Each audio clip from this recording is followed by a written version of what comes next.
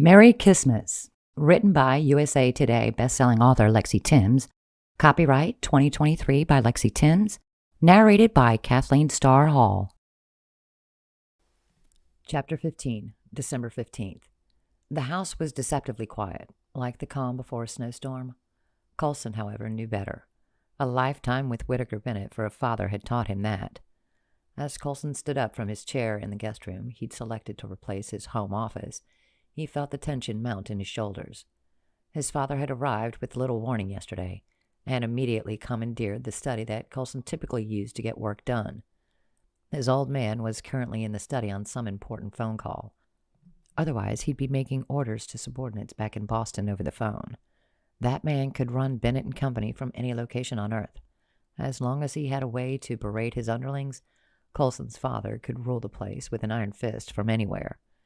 He flexed and stretched his arms, then rolled his shoulders, trying to get rid of the dull ache in his upper back.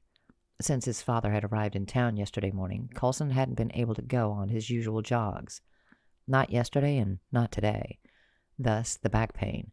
Or maybe it was stress. Come to think of it, his night with Blair could have been the reason. She'd responded to him with such passion that he'd had to put monumental effort in keeping up with her. Not that he minded. That night had been one of the best nights of his life. But he hadn't seen her since yesterday. He'd sent her a text message letting her know he'd made it home, and she'd replied with acknowledgement, but there'd been nothing since. Mostly because he hadn't wanted to explain his feelings via text. There were some things that needed to be said face to face. Yet, with his father around, that was going to prove difficult. Somehow he had to speak to Blair without raising his father's suspicions, without putting her in the awkward position of having to defend herself against his father's attacks. For now, though, he had to focus on the present. That meant handling his father's appearance in the mansion. Getting lost in thoughts of Blair wasn't going to do either of them any good now that his father was here. His father, Christ, Coulson was already resenting the old man's presence. In addition to seizing the study for himself, his father had also held several lengthy briefings. A tedious process to get Coulson up to speed on everything he'd missed in his absence from Bennett and Company. The only thing that spared him yet another round of briefings was his father ordering him out of the study so he could take a private phone call. Coulson retrieved his pocket watch from the desk to check the time. 2:00. His father had been on that call for almost 2 hours. There was no telling who his dad was talking to, since whoever it was could be in just about any time zone on Earth. Grateful as he was for the break, Coulson sensed that the calm wasn't going to last long. Not only was his father obsessed with work during the holiday season, but he also hadn't mentioned the reason he'd come to town to begin with. Blair. Neither of them had raised the topic. Coulson definitely hadn't, because he'd rushed out of Blair's apartment the second his father had called at 5 in the damn morning. Then he'd rushed out to get to his car and sped off towards the mansion, where he met up with his father. They'd immediately talked business, which set Coulson on edge, because he knew his father. The old man was probably waiting to use Blair against him and go for the jugular. Still, Coulson was grateful for the delay. After spending an incredible night with Blair, talking about her to his father right after would have been a disaster. There was no way he'd explain that his car had been parked outside Golden Age Antiques all night, and he sure as hell didn't want to risk accidentally revealing that he'd spent the night with the store's owner. His father had guessed that there was something going on between them based on a single Christmas tree. No telling what other conclusions the old man might come to if Coulson had been the first to mention Blair. As if on cue, his father appeared right outside the guest room. His blue eyes narrowed dangerously. "There you are," his old man said, sounding less than pleased. To be fair, he was displeased at all times, but there was a particular frost in the older man's tone. "I've completed the phone call. Rejoin me in the study." Coulson didn't bother arguing. That was a losing strategy in this moment. Quibbling about yet another briefing was just going to lead to Coulson talking more than he should, and there was nothing worse than harboring a guilty conscience when trying to keep a secret. Better to let his father do the talking. Nodding, he followed his father into the study. Some of the study's antiques had been moved to the basement or the attic, but it still housed the essentials. Some shelves, a couple of wing-back chairs, and a large oak desk in the center. His father sat in front of the massive desk while Coulson sat opposite on the other side. "Didn't realize I'd spent so much time on the phone," his dad said, pausing to glance down at his watch. "I take that to mean that the call went well," Coulson said, choosing his words carefully. "Well enough." His father paused to retrieve something from the desk drawer, a bottle of liquor and a glass. Coulson frowned. It was pretty damn early for his father to start drinking, especially since his father liked making a big show of never drinking during work hours. As far away as they were from Bennett and Company headquarters, his father was such a workaholic that he undoubtedly considered this to be a work day. His father held out the bottle, silently offering a drink. "No thanks," Coulson shook his head, part of him wondering if this was some test that he needed to pass. Pausing to open the bottle, his father said, "Your mother sends her regards." Coulson very much doubted that. His mother could have easily gotten in touch with him herself, but she hadn't contacted him since he'd left Boston. Frankly, he would be amazed if she was even aware of his weeks-long absence. She was too devoted to her social clubs to notice anything, especially during this time of year when she spent every waking moment doing whatever she could to end up in the society pages. He was so used to it that he couldn't bother resenting his mother's inattention to her own family. She'd barely noticed him when he was around. Why would she notice when he was out of town?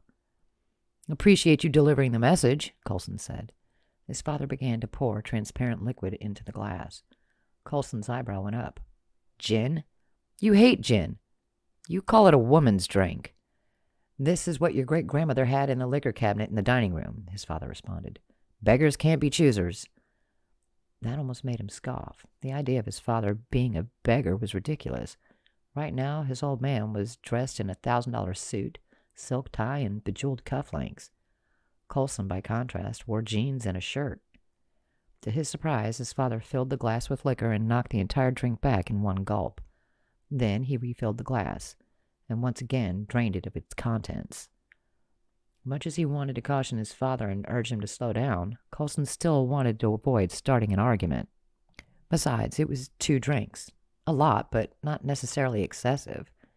Could have been stress-related due to the call. "Where is this infamous Blair Hawthorne?" his father asked, setting the glass down on the desk. "If she's working on acquiring Opal's possessions, shouldn't she be here by now?" Coulson tensed. Finally, his father was getting to the point of his visit, which meant that Coulson had to play this right. His job right now was to protect Blair, not get into a pointless argument with his father. "Miss Hawthorne is at work," Coulson responded. "She doesn't usually stop by during the workday, so she shows up after hours," his father said, in a tone that implied something inappropriate. While his old man was pretty close to the truth, Coulson wasn't going to admit to anything. "After work," Coulson confirmed. "At night, then?" his father said. "In the evenings," Coulson said. "Starting at around 6 until she's done for the night." "Ah, so she was here working last night," his father said mildly. This felt like a trap. One where the noose was tightening and Coulson was in danger of never getting out of it. Damn it, his father had probably used the booze to catch him off guard. Make his son think he was drunk or had lost his touch when in reality he was just lying in wait. "Miss Hawthorne took last night off to do charity work," Coulson said. "Oh, so the woman is a saint," his father said in a mocking tone as he pressed his hands to his heart. "Charity work, befriending the elderly. What else does she do? Feed orphans?" Coulson clenched his teeth. "Miss Hawthorne loves this town. I suppose to a paranoid cynic it's a sign of something nefarious, but she is a good person, the right person to help settle Opal's affairs." "There you are defending her again," his father observed. "If she wasn't here last night, then I assume you went to bed early." Suddenly it felt like the invisible noose was choking off his air supply. Coulson shoved his anger aside, resolved to protect Blair from his father's unfounded suspicions. "What does it matter when I went to bed? When I called you yesterday morning, I was shocked to realize that you weren't here at the mansion," his father said. "I figured you'd be up getting work done. At the very least, I thought that if you were still asleep, you were here, except you weren't at home when I called. And then you arrived at the mansion in your car. I went on a run." Coulson interrupted. "You know I work out in the morning." What a workout that must have been, his father said, granting a smile that didn't reach his cold blue eyes. Did Miss Hawthorne join you? That insinuation made his blood boil. Coulson wanted to jump to his feet and grab his old man by the scruff of the neck for insulting Blair. But going straight to violence against his own father was not only unthinkable, but it would also have to be the last resort, not the first. Your interest in Miss Hawthorne surprises me. His father paused, as if Coulson's statement was so unexpected that he was internally trying to recalibrate. Does it? You don't pay much attention to the plebs, Coulson said, using his father's weakness against him. His old man was too set in his ways to see that writing off whole classes of people was a hindrance, not an advantage. Why start now? She's handling my grandmother's belongings, his father replied coolly. You never showed this much interest in Opal when she was alive. Coulson felt his anger building as he remembered that his father only cared to be in contact with Opal when they came to Mislin Bush in the summers. And now that he was older, it was clear those visits only happened for his father's own gain. Probably something concerning the family empire or a way to keep tabs on the embarrassing relatives whose only sin had been coming from new money. Opal hadn't endeared herself to high society in Boston and ended up something of a recluse in the town as a result. Perhaps his father had decided that he could chance being seen with her when nobody from their inner circle was around. Regardless of the reason, Coulson's resentment at his father was now amplified. His father's snow-white eyebrows shot up, the first hint of emotion since the old man had flown into town. I see what this is. This is the grief talking. You haven't gotten over Opal's death, and it's clouded your judgment. On the contrary, Coulson said, leaning back in his chair, grief has clarified things. You were far too attached to that woman, his father fired back. That's always been your problem. You're far too sentimental. There are cold, hard facts you've never been able to accept. That woman. His anger threatened to boil over. That woman had been the matriarch of their family. So much of the family's success had been due to her, yet this was how her memory was being repaid? Like the cold, hard fact that you are a pompous windbag? Coulson knew he'd made a mistake the moment he uttered those words, but he was far too angry to care. His father momentarily clenched his jaw so tightly it was a miracle he didn't break one of his teeth. Then the emotion vanished. Mind repeating that? I don't think I heard you correctly. Let me remind you, Dad, that you are in my house, Coulson said. Opal left this place to me. I am the owner. You are the guest. You'd do well to remember that. We'd both do well to remember that. The old man's face turned red. But his expression didn't change one iota. That brief display of emotion was gone. His stone face remained as cold and unyielding as ever. As your guest, I'd implore you to take better precautions about who you allow into your house. For example, Miss Hawthorne. Have you looked into her family background? Coulson paused, taking a moment to calm down so he wouldn't take his father's bait. Whatever you think of Miss Hawthorne, she is not some wanton gold digger. She'd hardly care about squeezing money out of me since our working contract awards her a sizable income. There's no need for her to do that. That's your first mistake, son, his father said. People always want more money. Greed is limitless. Your greed, perhaps, Coulson accused.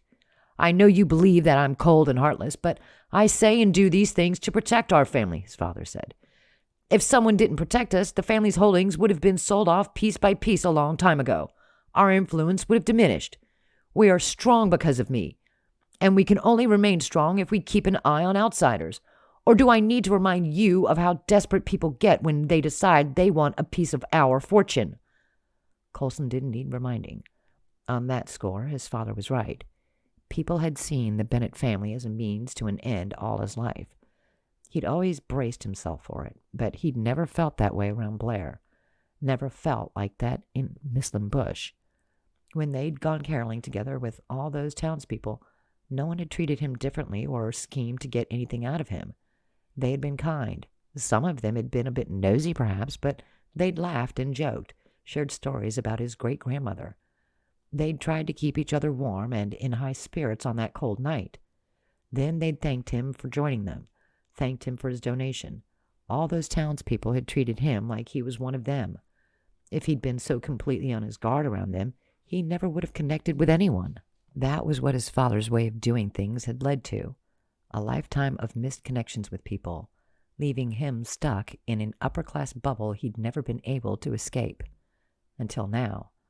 The problem was, now that he'd managed to escape for a little while, his father was trying to drag him back into that world. A world of paranoia, isolation, and, truth be told, unbearable loneliness. Coulson had never allowed himself to admit just how lonely he was. Coming to Mislin Bush had shown him what he'd been missing all his life. He could no longer pretend that it was acceptable to live this way. "We each have something to protect," Coulson finally said, the grief crystallizing the truth for him. His father wanted to protect wealth, material things with little sentimental value.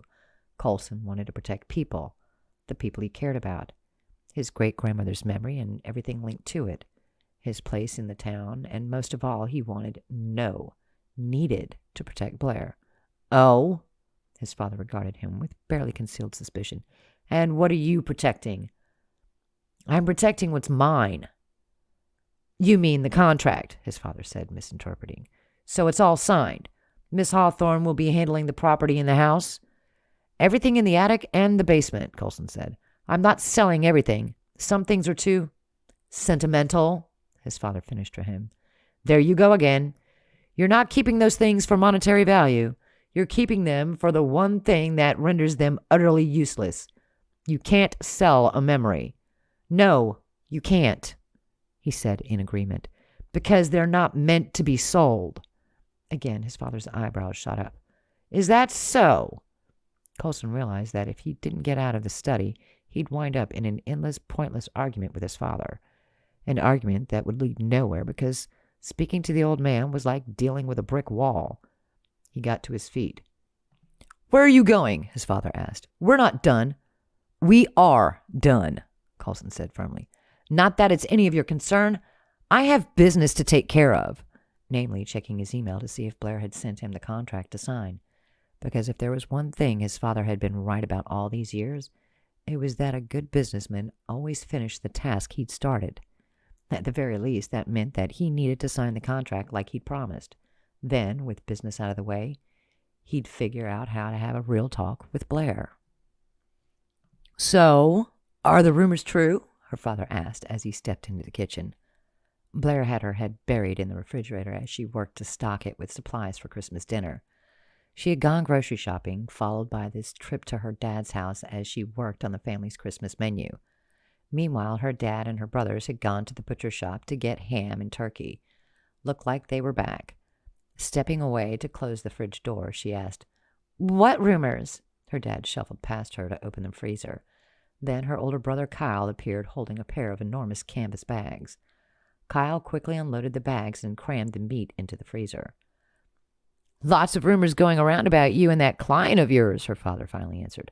Kyle stopped by the sink to wash his hands. "Wait, Dad, you know the guy that everybody's talking about?" "Well, I had a lengthy talk with him on the phone, so yes, I know him," her father said, sounding pleased with himself. "If you're talking about Coulson, your conversation was hardly lengthy," Blair grumbled. She folded her arms, narrowing her eyes at her father, followed by a glare in her brother's direction. "What's going on? What are you two talking about?" "Apparently, you and this Carson dude were seen canoodling," Kyle replied. "His name is Coulson," Blair said in annoyance. "And what the heck does canoodling even mean?" Kyle shrugged. "I don't know. Making out? Cuddling?" "What?" Her eyes went wide as heat stole up her cheeks. "That's not true. We were not making out in front of people." Her older brother leaned against the kitchen counter and grinned broadly. "Making out in private, then?" Her brother's accusation set Blair's face on fire. Even though she hadn't told anybody about her night with Coulson, her brother was getting dangerously close to the truth. If rumors had already reached her own family, she could very well guess what she was in for. Perhaps she could try and play it cool. "Get your mind out of the gutter," she said, slipping past him to also wash her hands. "Your face is so red." To her annoyance, her older brother started laughing at her. "Dad, I think the rumors are true." "No, they're not," she said through gritted teeth. Blair was pretty sure she was lying, but she didn't know exactly what the rumors were, which made denial the best option until she got to the bottom of this. Plus, she could deny kissing Coulson in public because that hadn't actually happened. You really shouldn't listen to town gossip. Her brother reached over to grab a nearby cookie jar off the counter. Then he grabbed one of the sugar cookies and crammed it into his mouth. Crumbs started flying. Your face says it all. Ew! She jumped out of the way. Do your kids know you talk with your mouth full? Kyle had 2 children, and he seemed to pride himself on being the fun, cool dad out of her brothers. Knowing him, he'd take the entire cookie jar with him as a treat for the kids. Not that she blamed him. His adorable twin toddlers could be absolute sweethearts when they weren't trying to wreck whatever space they were in. Nice try, Blair, but you can't distract me. You're not going to talk your way out of this. You finally got yourself a boyfriend. Confess. What? No, I do not. Coulson is not my boyfriend. She turned to her father. Tell him, Dad. I hear your denial, sweet pea. I really do, but... Her father started whistling to himself and nonchalantly tapped his foot on the floor. Well, there's one thing you haven't denied. She frowned at him. What's that? Her father cleared his throat dramatically. You haven't denied that you were spending time with this Coulson fellow. I've never known you to spend that much time after hours with a client. Okay, we were together last night. She threw her hands up in frustration. So what? She admits it. Kyle's eyes lit up with mischievous glee. The rumors are true then. You know what? I don't have to listen to this. Blair retrieved a fresh towel from one of the drawers to quickly dry her hands.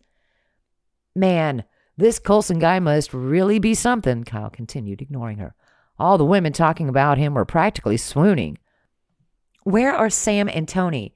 Didn't they go shopping with you guys? She asked with a huff, referring to her other brothers. They drove out to get wood for the fireplace. Heard them saying something about getting a Yule log. Her brother answered around a mouthful of more cookies. Anyway, what were you and your boyfriend doing last night? He's not my boyfriend, she repeated. We went caroling, okay? That's right, her father said. There was chatter about him making a pretty sizable donation to the yearly carol fund. Oh, yeah? Is he loaded or something? Kyle asked. Before Blair could offer up explanations, denials, or whatever her brain thought would be better than just letting the rumors spread even further, her father said, Yep, he's one of the Bennetts. Kyle nearly dropped the cookie jar. Whoa! Seriously? Sheesh, Blair. Is that why you like him so much? His money? Blair felt her temper start to flare, and truthfully, she wasn't angry at Kyle or her father. They weren't the reason there had been a lump in her throat all day and a stabbing pain in her heart. She had spent the most incredible night with Coulson, a night so special she knew she'd never forget it. Yet instead of him feeling the same way, he'd abruptly left before dawn because of his father. And though he'd sent a text later on to let her know he'd arrived home safely, there hadn't been anything further. Not another word. She'd been a wreck ever since, and Blair had tried to distract herself. First with work, then with Christmas prep, but it was clear that neither had worked. Coulson had ditched her. Chores weren't going to help get past that awful truth. Even though she hadn't expected forever from him, his sudden departure still hurt. A lot. Which was probably why good sense evaporated from her mind. She balled up her fists, her body shaking with anger that her brother could accuse her of such a thing. I liked him before I knew he was rich, she snapped. Chill out, I was just joking, Kyle said. That's all you ever do. Blair felt tears prick at the back of her eyes. Between her nonstop pressure from her dad and her brothers making fun of her, she had always felt stifled, like she had to constantly defend herself, constantly defend her choices as if she needed to justify her own life in ways none of her brothers had to. It wasn't fair. Joke at my expense. Vision blurring, she started to turn away. Blair, wait. Kyle set the cookie jar back down on the counter before he placed a hand on her shoulder. Why don't you sit down for a minute? Catch your breath. Her father was already shuffling towards the kitchen table to pull out one of the chairs. Yeah, sit down, kiddo. I can make us some coffee. How about that? For a moment she paused, unsure of what to do next. When she was a teenager, she usually handled Kyle's relentless teasing with a punch to his arm before running off. But they weren't kids anymore. That was why this was so difficult. Blair couldn't handle things the way she had when she'd been a child. If she did, her family would never let her forget it. No matter how much she tried to assert her independence or attempted to prove that she could stand on her own 2 feet, her family refused to treat her like an adult, which was why she had been putting up with them pushing for a husband all these years, putting up with it as stoically as possible. Unfortunately, she was now on the verge of tears, very unlike her. Hoping to fight back the tears and compose herself, Blair decided to follow their suggestion and sit down. Sometimes living in a small town really sucks. Everybody thinks they know everything, but they don't. It's just gossip and innuendo. They don't know the real story. Her dad headed for the kitchen cabinets. What's the matter, kiddo? You had a fight with your boyfriend, friend? Not a fight. We're just way too different, she managed to get out. Well, yeah, he's a Bennett, her brother said. They founded the town, right? Don't think they're regular Joes. Right. Plus, his ancestors also came up with the stupid mistletoe tradition, she grumbled. I'll be damned, her father said in amazement. Whoa! Kyle's mouth dropped open, and he looked stunned as he sank down into the chair across from her. Seriously?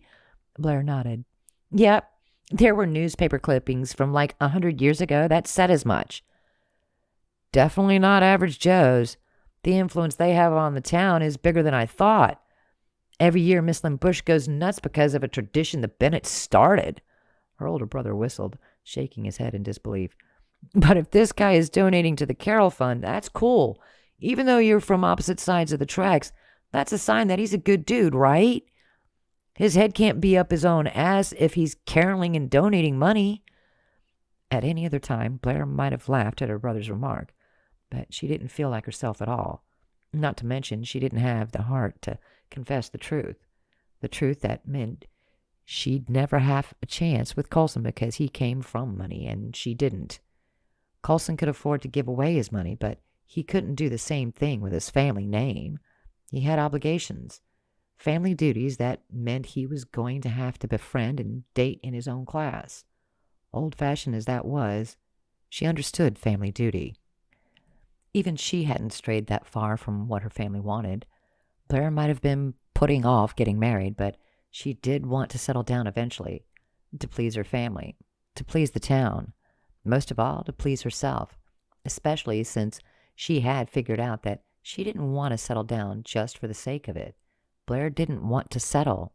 She wanted Mr. Right. Ever since Coulson had come to town, she had slowly began to realize what had been missing in her life, and that missing piece felt so out of reach now because she could never be with the man who had turned her head. Spending an incredible night was all she was going to get. His father's sudden arrival yesterday had thrown cold water on any illusions she may have had. Blair couldn't come between Coulson and his family, and based on his quick departure last night, he seemed to agree. The Bennetts were too formidable to let one of their scions end up with a small-town nobody like her. Besides, he belonged in the city. She belonged in town. That was all there was to it. No, his head isn't up his ass, she finally said to her brother. Not completely. That made her brother laugh. At least somebody was enjoying the holidays. Suddenly her phone chimed. She reached for it, picking it up from the kitchen table where she'd left it earlier. Her heart pounded when she saw what it was. A new text from Coulson.